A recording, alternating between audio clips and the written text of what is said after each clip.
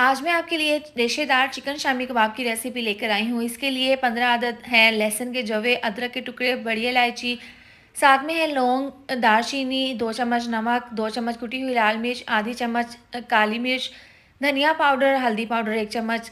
चने की दाल है, इसको मैंने 1 घंटे पहले भिगो दिया था। यहाँ पर है बोनलेस चिकन 400 ग्राम, प्रेशर कुकर में डाल देंगे। साथ में डाल देंगे भिगो कर रखी हुई चने की दाल, डाल देंगे मसाले, डाल देंगे 2 गिलास पानी डालकर प्रेशर कुकर का ढक्कन बंद करके इसको 12 मिनट के लिए गला लेंगे। इसमें थोड़ा सा पानी बाकी है तो इसको इस तरह से खोल कर ड्राई कर लेंगे। चम्मच से तमाम चीज़ों को मैश कर लेंगे। ये काफ़ी अच्छे से सॉफ्ट हो गया था मिक्सचर। अब अच्छे से इसे बाउल में डालकर 1 चम्मच डाल देंगे गरम मसाला, धनिया, अच्छे से मिक्स कर लेंगे। इस तरीके से शामी कबाब तैयार कर लेंगे। अंडे को फेंट कर अंडा इसके ऊपर लगाकर तवे के ऊपर डालकर इस तरीके से हम इसको फ्राई कर लेंगे। दोनों साइड से ज़बरदस्त सा कलर आने के बाद निकाल लेंगे। ज़बरदस्त से खुशबूदार रेशेदार चिकन शामी कबाब तैयार हैं।